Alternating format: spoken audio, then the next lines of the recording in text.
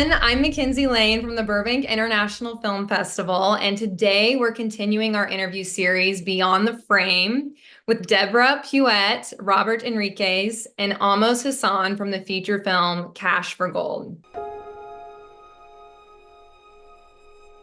Deborah stars in this story as the character Grace. She is also the writer and co-director of the film alongside Robert.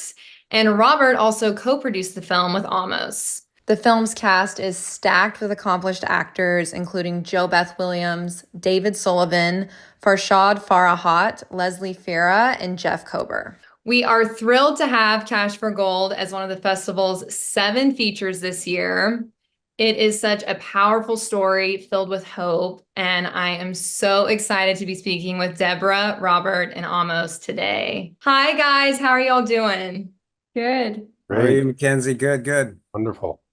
Awesome. Well, thank you all so much for being here, and congratulations again on being an official selection at BIFF.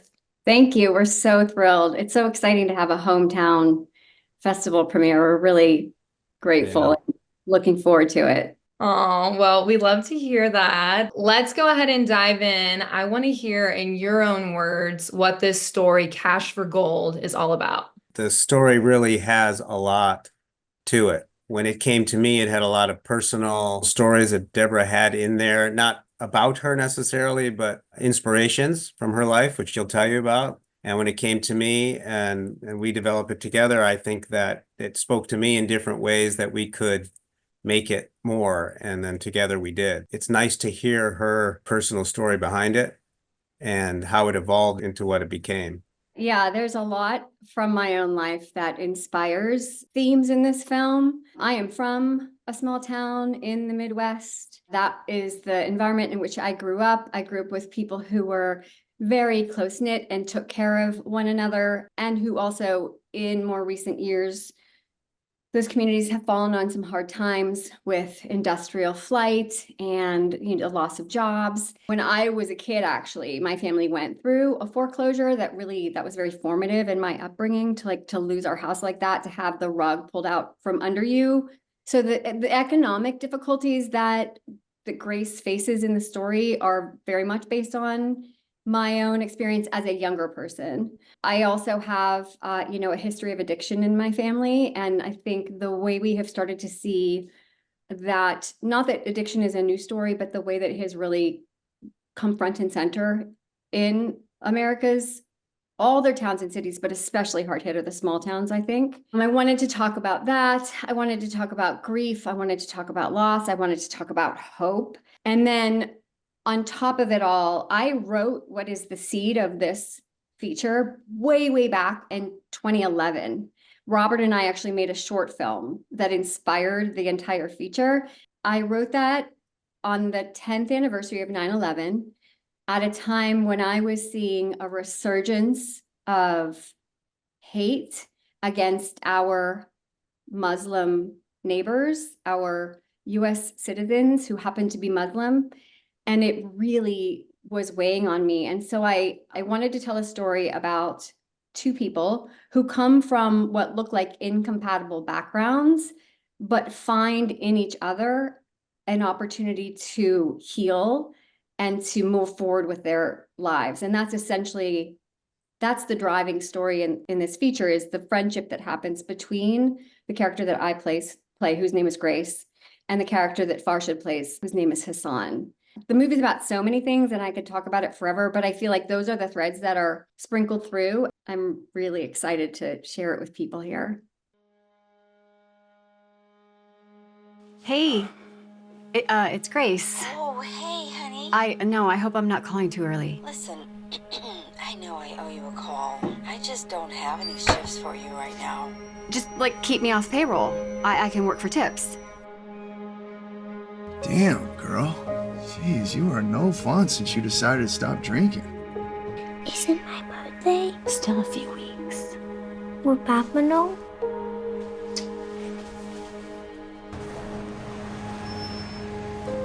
Welcome to Cash for Gold USA. How may I be of service to you today? You were here this morning, yes? I actually came to apply for the job. We can find someone better than her, you know. Seems like walking a minefield. You're working in bars. We should probably go. Hey, who the hell do you Mikey, think you are? come on. Mikey! Billy will lose his damn mind! Do not say his name to me! It's not just the first feature I ever got made, it's the first feature I ever wrote, and certainly the first thing I co-directed. When Robert and I were talking around town with producers, and when we met Ahmos, the thing that I think really clicked for all of us was that his company centers Muslims in the world, in the full scope of humanity, not just as like the way that we're often seeing people who are Muslim portrayed in the media. Of course, that was a very important part of the story to me and to Robert as we were taking it around to meet people. The fact that we were connected to almost feels like a miracle, actually. That's amazing. So I'd love to hear a little bit more about how you all know each other and how you connected about making this film. I was introduced to Deborah and Robert through an actor who did the short with Deborah and Robert, who I have a good relationship with, and he knew I would be interested in it. He sent it to me. The script itself spoke to me, and in many ways, the way it was written is what spoke to me most. Deborah's ability to write, the quality of the script was so good. You know, it measured up to the makings of a movie you want to make. And I asked Deborah if she would develop into something a little different, and she was very gung-ho. I think we had a breakfast. Was it a breakfast we had, or maybe a lunch? But we got Breakfast at John O'Groats. Yeah, John O'Groats, exactly. We got together and talked about it, felt a strong connection right there.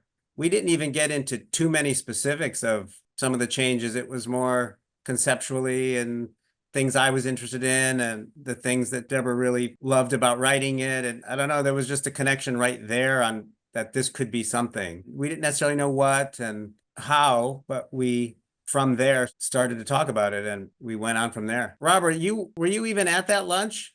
I'm trying to remember if you were there. Breakfast, wasn't it breakfast? Or I think it was breakfast. It was breakfast. God, Yeah, and you John, think back, we were just young kids back then. yeah. So He was, of course, he was there. He was at every step of this with me. Robert, you should tell her like how we know each other, because that goes way, way back. And that definitely is way, way back. I mean, as soon as you asked that question, I started visualizing parts of my life and where I was, because I'm a talent manager as my day job. And there was a casting director who referred Deborah to me. His name is Jay Scully. And I got her materials. And then we went to breakfast or lunch at that Back on Broadway place in Santa Monica, which was like, that must have been over 20 years. That was probably 22 years ago. So crazy how long ago that was. And I was interviewing her to become a client. And I remember there was a lot of things that you put in line when you're trying to decide who to bring on. And a lot of things, weren't just the standard, yes, let me grab this 17-year-old kid who's going to be easy to get out on auditions. There was a lot of things that were stacked up against bringing her on as a client, but just going through her materials and meeting her as a person and knowing how hard she worked and her drive and all the, the great talent that was behind her in the theater world. I was like, I got to work with this person. And it's like, it's just been a crazy long journey since, from repping her on the management for her acting to watching her flourish in the theater world in LA, which started in Chicago, and then her moving into the acting side and watching how that's just grown. It's just been crazy and fun to watch and realize how old I am. So it was like, he's being very modest because he was always telling me to tell my own stories. He was always encouraging me. He knew I was a writer before I knew I was a writer. And so in 2011, when I got the germ of an idea for this short film, I had never used Final Draft before. I wrote this like 6-page short and I sent it to him. I actually wrote it as a scene exercise. One location, 2 people. And I sent it to him just to see what he thought. And he said, this is a short film and we're shooting it. And we went and we raised the money together and we shot that film together, and it had a great run on the festival circuit. Every single audience, there would be somebody who would say, clearly this is a bigger story. Like, you're working on the feature, right? To which I was like, I just wanted to write a short film I could act in. Like, I don't know how to write a feature. And it took me a really long time. But I finally got serious about it in like 2017, and I joined a writer's group and I learned structure for like a full, it's much different to write a 95-page script than it is a 6-page script, you know? I got really serious about it. That was the script that came out that Ahmos eventually read. Robert and I had a lot of encouragement along the way. Like, we knew we were onto something, but I had just on a whim thrown the script up on the Blacklist site. Like, to be clear, it was not chosen for the Blacklist. I'm an unknown writer at that point, right? I put it up on the Blacklist site and it scored so high that Franklin Leonard had his development team reach out to me, and we had a meeting about the film.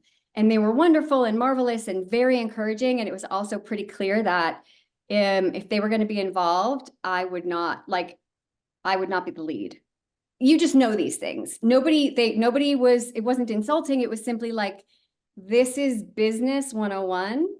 We could make this movie into something big with a name in this lead. But if you're committed to staying in it, we completely wish you well. It's just not our model. And I just wasn't about to let it go. It just knew that this was the part that I had to play. I write things now that I don't intend to be in at all. But this one I was never going to let go. And so talked to Robert about it, and we were like, let's, moving on. And it was shortly after that we met Ahmos, and he was like, the germ of what's happening is what I want to do. But let's are you game to develop it? Are you game to see what happens? And we both, all of us, went into that development process with no promises. Everybody was working for free for a year. I think we developed that script, at least. It was really a joyful time. I had never been through the process of getting notes, deciding what hills to die on, deciding what notes to, you know what I mean? That kind of thing. And super, super collaborative. And then we ended up with the script that you saw on the screen. So it's a long process. When people talk about films taking forever, I mean, forever. This didn't really start in earnest until 2017 when I really sat down to write it. I'm so glad that you didn't give the role away. Especially watching the film, I can't imagine anyone else playing Grace. So good for you. Mackenzie, I'd have to say, not only in the process of, of developing it with Deborah, you wouldn't know this was the first script she was developing, because, I've worked with many writers in developing material, and that process can be arduous sometimes, with hills to die on, married to the way something's written, or to a scene, or even to a storyline. But Deborah was very plugged into where we were going. And not that she, we didn't go back and forth about things, but there was we were very goal-oriented in making this better, making it, and that's been the process from beginning to end. We're always looking to try and make it better. So you wouldn't know this was her first script, number one. And then there was a promise made, and I have to say, the one promise was Deborah gets to star on it if she wants, but we're going to go to studios anyway first to see, and we'll see if they'll take Deborah. And there was interest for the script, but they didn't want to take a bet on Deborah.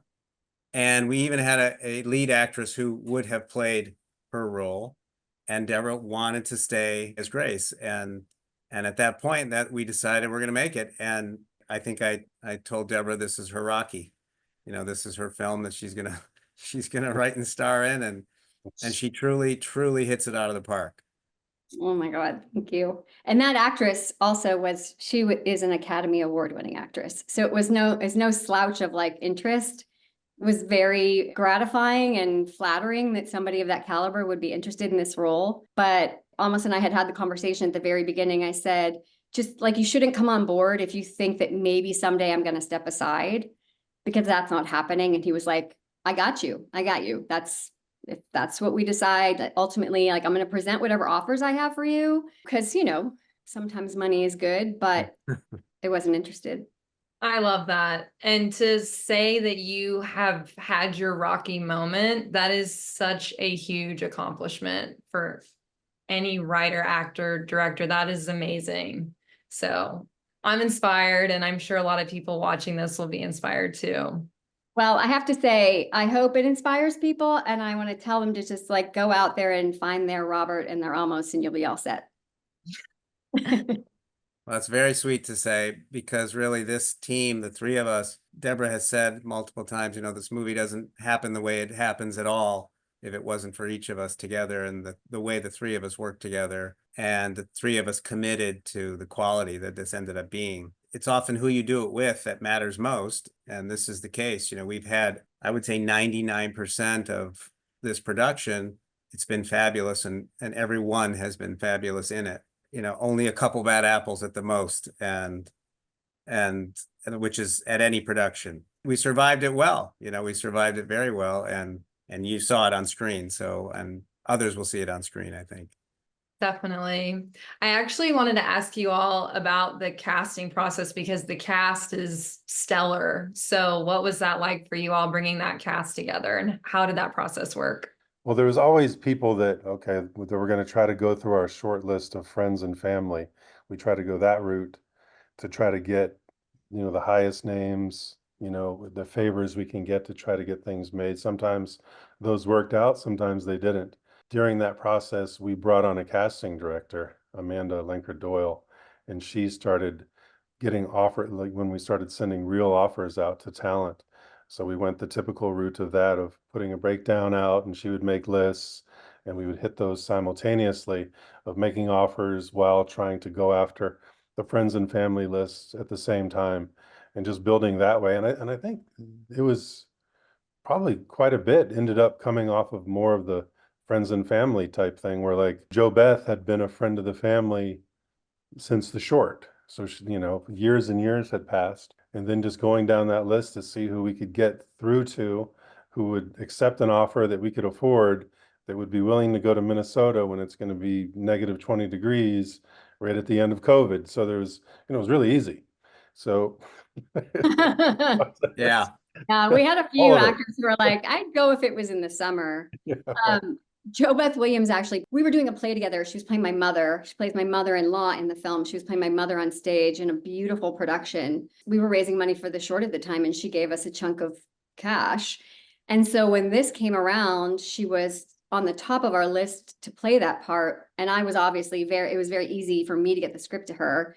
She read it. And once she signed on, then it was like, then everything went through. Amanda was sending all the official offers and all the rest of it. The film is stacked with people that I know, or Robert knows, or almost knows, who, and in my case, some of the most talented actors on the planet, who most audience members will not know because they've never been a series regular. They've never led a movie, right? These are just like insanely talented actors that will, I think, surprise people. I just don't think that there's a false note from anybody. And it was such a joy.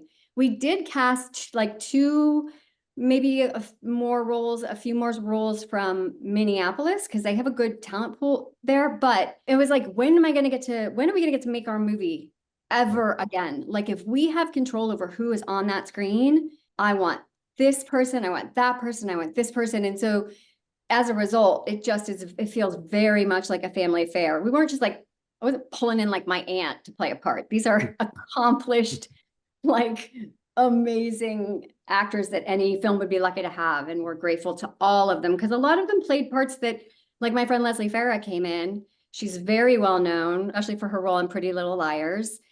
She's honestly one of the most beautiful actresses I know. And she came on to play essentially a one scene part.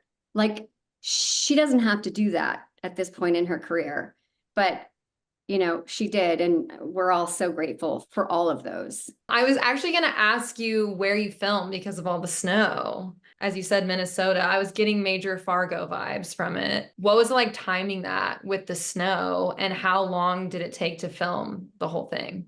We were a 15-day shoot, 92 pages in 15 days. Maybe 20% of those were exteriors, often in double-digit negative temps. Like the scene with the fire trucks that you saw, it never got warmer than -9 degrees that night. We were over an overnight shoot. So it was like that. We were in Chisholm, Minnesota, which is a beautiful little town in what's called the Iron Range. So that's northern Minnesota. And the weather was so brutal that we literally had like hardened locals were apologizing to us for the cold snap. As they sweep their sidewalks with wearing t-shirts, wearing like multiple coats, and they have no problem with it.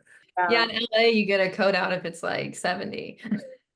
Robert Yeah. liked the cold so much that he was one of those people in shorts. He would pick me up from the little house that the production was renting for me. I didn't have a car. He was my ride. And also you can walk almost anywhere in this little town. It's so beautiful. And he would be rocking shorts and it would be 5 degrees outside. And he liked the cold so much that he ended up buying a bakery up there, a very like quintessential community cafe that was going to go under because the owner who'd owned it for a very long time was not going to be able to keep it up anymore. And he bought it, and it is like social central on their main Lake Street now. So he is a part-time resident. They love him so much. The local news did this like huge long piece on him. He's the mayor of the town now. Yeah. He insists we call him Mr. Mayor now. Yeah. It's just part of him now. That in itself is a story that has to be told. Like, we got to get this in the Burbank Leader or the LA Times that you fell in love with where you filmed and you like gave back to the community like that. That is amazing. Deborah and I are working on that script already. Yeah. People of Chisholm were so incredibly generous with us at every turn. We owe them like anything we can do to try to pay it back. They were just opened their homes, opened their businesses. Yeah, it's a very special place with very special people. Very warm. You tend to stand out there as you are not a resident when you're there. And so they're extra, warm and kind, and they're sort of almost like figuratively helping you across the, across the snowy sidewalk, just because they know, this isn't normal for us. They were so great, and glad they're part of the movie. Their town's going to be famous in Cash for Gold. And we kept the name in the movie, Chisholm. We kept the name in it, so they get their shout out. I love that. I'm from a town of 400. So like, I love that you gave the town some recognition because they take a lot of pride in that. Robert had discovered these incentives in northern Minnesota. He discovered, like, we're going to say early November. Within a week, we were on a call with the women from the Upper Midwest Film Office. I want to say 2 weeks later, we were there scouting. So that's early December. And I remember the call I made to Ahmos. We were looking at different bars for the bar that Grace works in. I remember stepping out back and making the call to Ahmos and saying, this is the place. Like, this place was built for our film. And if we're going to make it with snow, we needed to make it by February. And also there was something with the incentive timing. We needed to like get in and snag the last money they had. And so basically Robert and I called Ahmos and said, so you have a month to find all the money. And he said, okay. And he did it. And so we were in pre-production in January. Do any of you have upcoming projects we can keep an eye out for? I do. Yeah. I just I wrote and solo directed my first short as the writer director. I'm not in it, which was a great pleasure to just not only have to do those two things. I produced it along with my producer, Rachel Stander, and her company, A Season of Rain.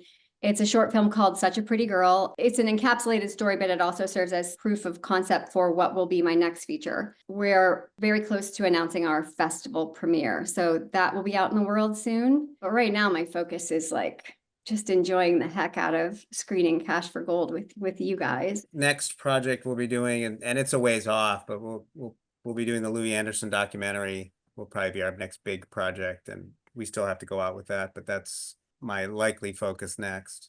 I just finished a feature in the same exact town where we did Cash for Gold.